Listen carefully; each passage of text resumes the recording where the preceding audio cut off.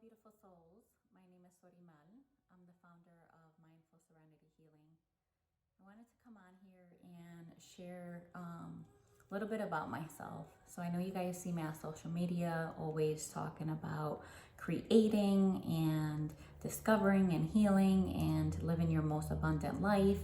And you guys see me traveling and all the things that I am pulling towards me and manifesting, right?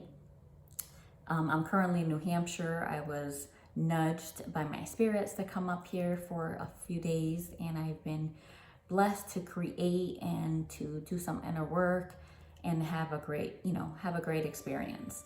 I'm going and traveling a few days outside of the country. Things are great, but it hasn't always been like this. And I wanted to come on here and share with you guys that my life has not always been so abundant and amazing, right?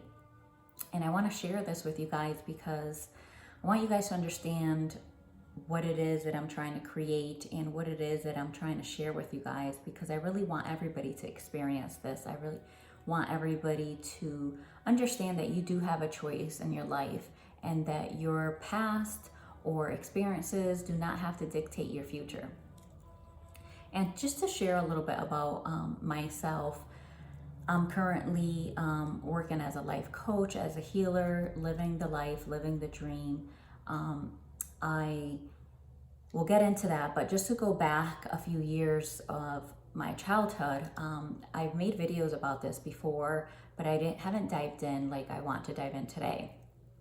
And I want to just share this experience so that you guys can also aspire and get the motivation to say yes to yourself and to work on yourselves and to take your power back. So just a little background of myself. I came here when I was a couple years old. My mom divorced my dad. I was born in Puerto Rico. And when I came here, my mom herself was in her 20s, experiencing her life, and a lot happened in my childhood. At 4 years old, I was molested. Throughout my teenage years, around 11, it happened again with somebody that she knew, and my mom really didn't acknowledge that or kind of listen and think it was a big deal. She kind of ignored it and turned the cheek on it, which throughout my life, I didn't realize the impact that it would have taken or that it has taken throughout my childhood. And it was, I was very rebellious. My mom always partied. There was always a lot of people and guys around me. She was always displaying that men needed to be in her life to be successful, for her to achieve, for her to live and obtain the things that she wanted to get. So as I was in my teens, around 7, 8, my mom suffers from psychosis and mental disorders, and so does her twin sister. And growing up, I seen them try to kill themselves several times. They took pills, they cut themselves. And when I was around 7, 8, or 9, I had to, because I was the only one there, I had to translate for them in the ambulance. I had to go to the hospital with my mom and translate why she did what she did. And I learned from a young age that emotions weren't to be discussed, that emotions were bad, and to deal with them with rage, anger, not accepting it. And I grew up thinking that it was okay to take pills when you were pissed. It was okay to cut yourself. It was okay to be rageful and manic. And this continued on for several years. I was 11 years old when I was being bullied, and the way I responded to that was fighting. I was always hitting. I smoked weed. I was hanging out in the streets with guys and gangs and really thinking that I was cool because I wasn't getting that attention from home. And my father wasn't really in my life. He lived in Puerto Rico, and my mom did send me over there when I was really young, but I spent most of my time with my grandparents.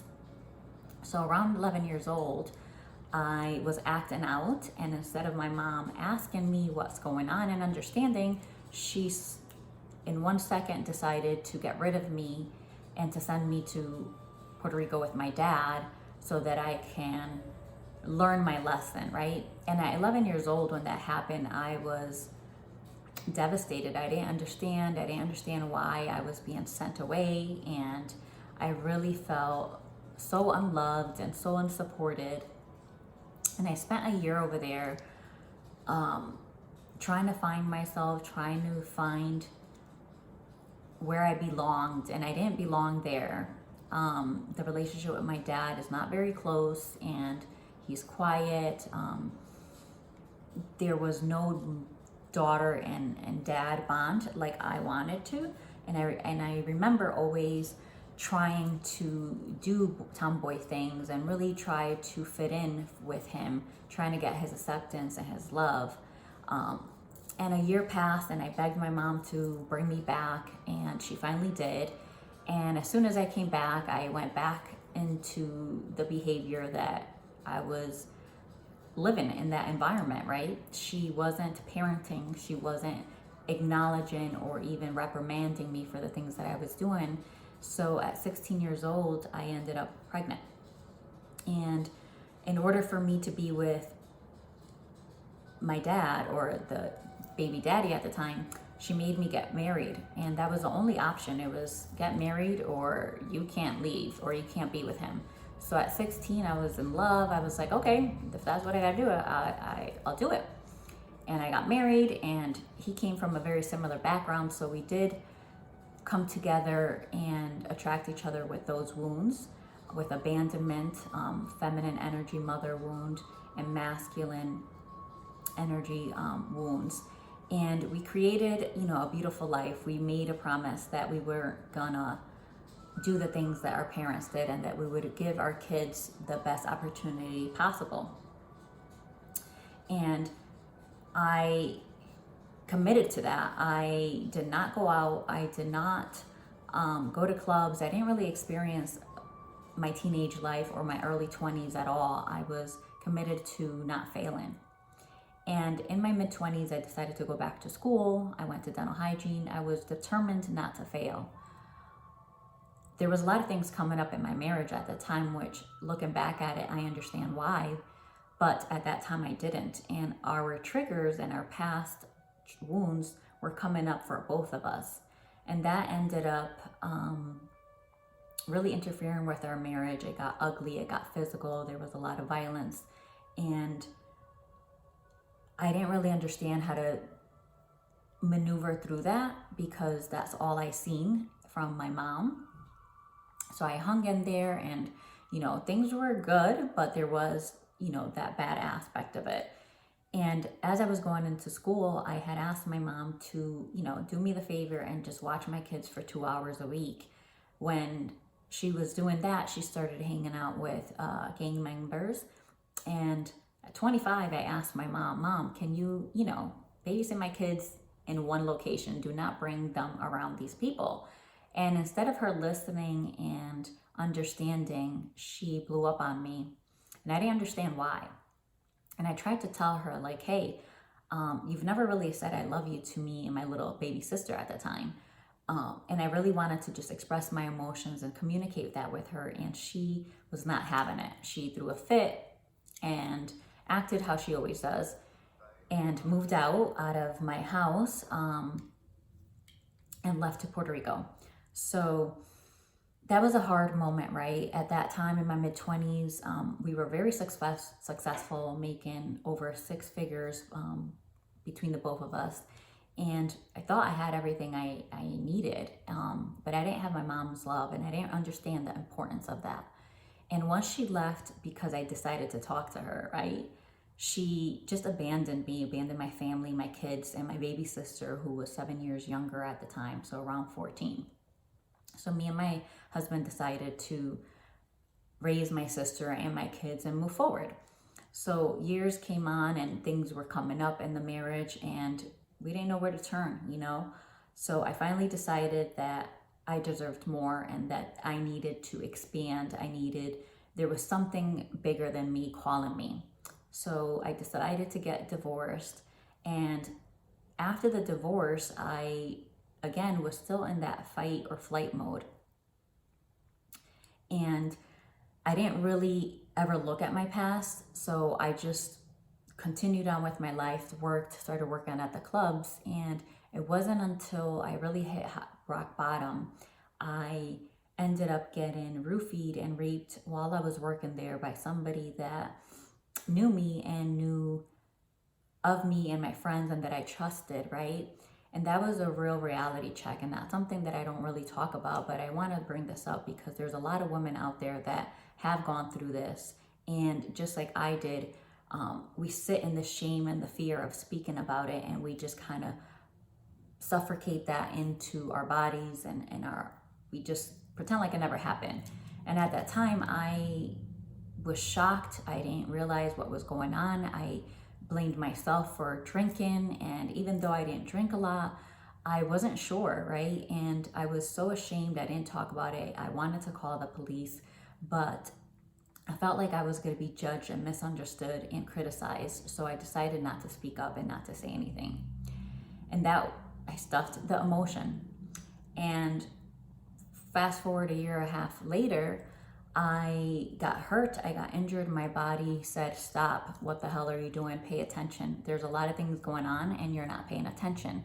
You're always working, you're always doing something, evolving, going to school, but you're never sitting in your own skin and trying to feel what's going on.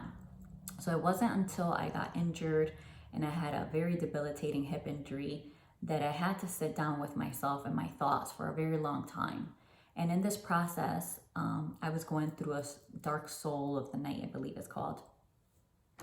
And I had an awakening, right? An aha moment that there's more to life than this, that what is going on. So I met a healer who helped me get through, the physical pain. I ended up meeting a mentor, hiring a coach. And in this process, I realized that everything that I was going through had to do with my past, with my emotions that I've been stirring in my body. And it wasn't until I hired my coach that I went back into my life and started dissecting and just going back there and figure out what was going on. And that's when I discovered that I was molested at 4 years old. And that memory was in my tissue and my cells, but it wasn't resurfacing until I decided that I needed to look within. And at that time, looking back when I was 4 and my mom walked in on that, she really didn't pay attention. She dismissed it like she didn't see it. And it happened again at 11 years old. And I didn't tell her because I already knew how she was going to respond. And so I resorted to drugs at 11, to smoking weed and skipping school to really help with the pain, and the pain from not having a parent in my life. Even though she was physically there, she wasn't there. And throughout this awakening and throughout this process of inner work, I discovered that my mom is narcissistic and that her behaviors up to this day is because of her mental and psychosis, right? So I was able to understand that a little bit better, and I was able to understand and forgive her for the things that she did and for not really seeing me and hearing me and telling me I love you and telling me that she's proud of me. All those things affect a child regardless of your age. And being that I didn't have a father figure, a male figure, an uncle, an grandfather, I really just didn't have anybody besides my kids and my ex-husband. So I went into this soul retrieval, what do you say? And I've went to each moment of my life and really understood why it is that I went through that. And, being forced to get married at 16, that's traumatic in itself. I would never do that to my child, right?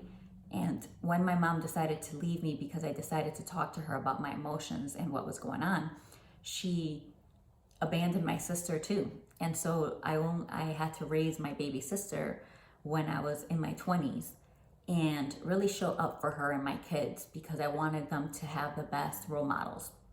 And I thank my ex-husband for this because we did an amazing job.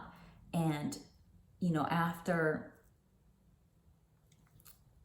after all this, and I came to realize that everything that I've gone through, I could sit here today and tell you, oh, I'm a victim. I'm a victim of rape. I'm a victim of molestation. I'm a victim of not having a mom and dad and abandonment. I'm a victim of society's norms. I could sit here and ponder on that. But the message for you today is that although all these things happened to me, and as many of you guys have experienced one way or another, you are not a victim of your past. That does not define who you are today. And that is a narrative that you either have to choose to let go or rewrite another one. And I chose to rewrite another one. And in these past several years, I have been doing a lot of inner work. And as I'm doing inner work, my light is showing. I'm aligning with my truth, with my purpose.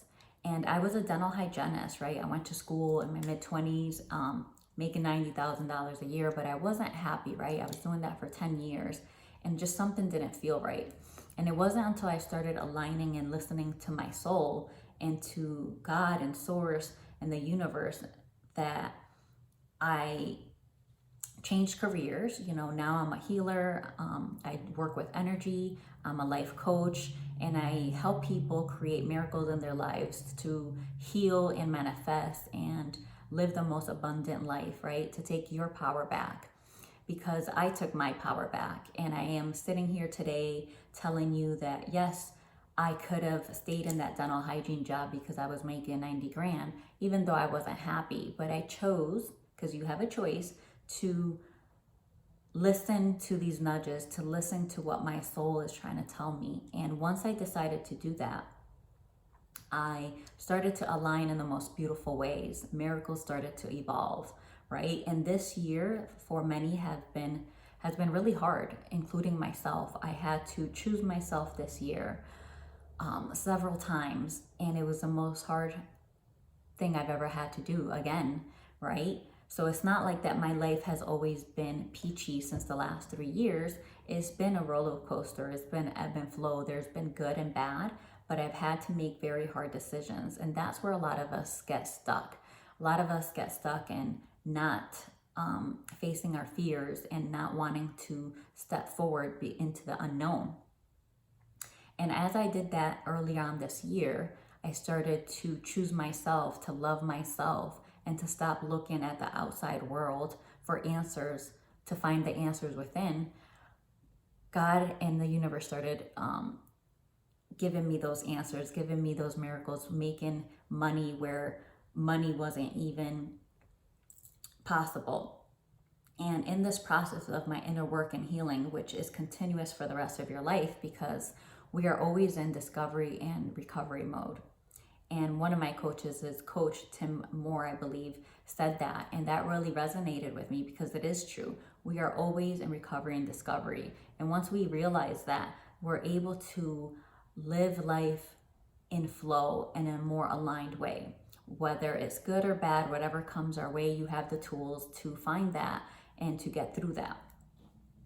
So being that I have that past and I still deal with the abandonment issues from my parents, that does not inhibit me from moving forward, from creating, from manifesting.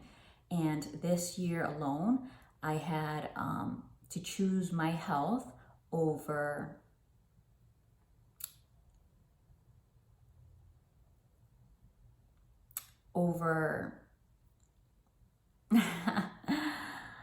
over some other things that one day, you know, part 2 will come out and I will discuss that when I'm ready. It is in the works of being written one day for me to share with you guys. But as I decided and made those hard choices and walked into the known, things started to happen. I started to create miracles. $10,000 was coming to me from unexpected money, opportunities, vacations, people, places, and things. And this year has been hard, and again, has been the best year of my life, where I'm more connected to Source. I'm more connected to myself. I am happy in my skin. I am I look at my past with with gratitude, right? I look at everything that I went through, and I think that because I am here today in this present moment because of that. And it's such a beautiful thing to be able to send love and to have compassion and love for those instances and for those people that really hurt me, right? And it's not okay what they did. It's not okay what my mom decided to do. And it doesn't mean that I don't think about it. It just means that my body doesn't react the same way and that I don't choose to be a victim of my circumstances, right? So yes, things happen to us. Yes, we choose things and we make really bad decisions, right? At one point or another for whatever reason, but that doesn't define you, right? So I dare you to ask yourself, who are you? What is your narrative?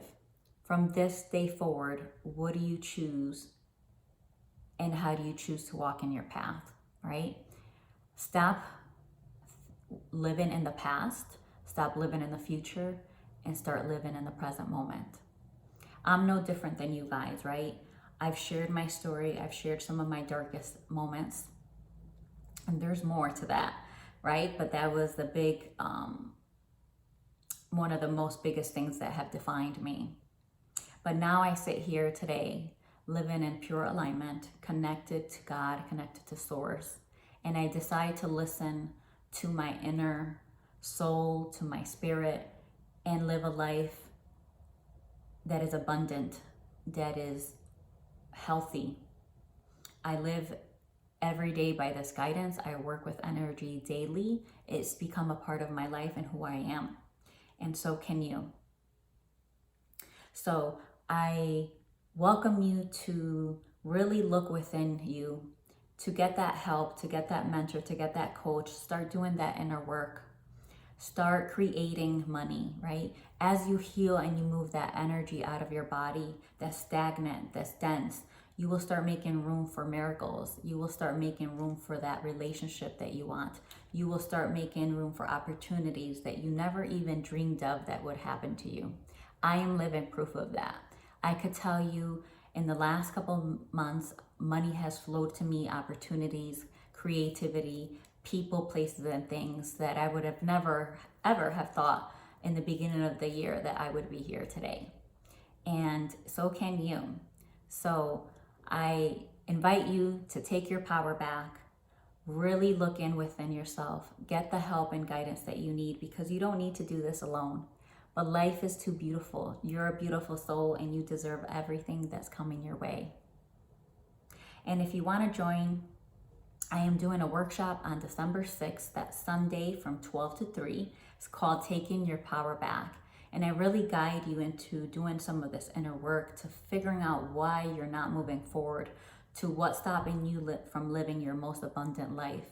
So stay tuned for that. That is going to be a beautiful workshop, lots of healing, lots of movement, fun, laughter, healing, forgiveness, and you will leave there as a new person. So end the year with a BAM, right? End the year with investing in yourself. And if you also would like, I did post a manifestation meditation on my website, www.mindfulserenityhealing.com, under products. It's free. Listen to that. Start manifesting your dreams, because you are worth it, beautiful soul. I hope you guys enjoyed this. I hope this inspired you. I hope this inspired you to say, I am worth it. Yes, I am worth it, because you certainly are, right? And just remember that you have the light within you. We are all connected. We are all one. Just find that inner passion, that inner joy, that connection, that inner fire within you, right? And start living in that life of alignment. Well, I hope you guys enjoyed. Thank you for watching. Stay tuned for beautiful, amazing opportunities coming this way. Go to my website, check out the free stuff, check out the meditation, start creating your life, and join me on December 6th for this beautiful retreat and some beautiful fun. Love you guys. Love and light.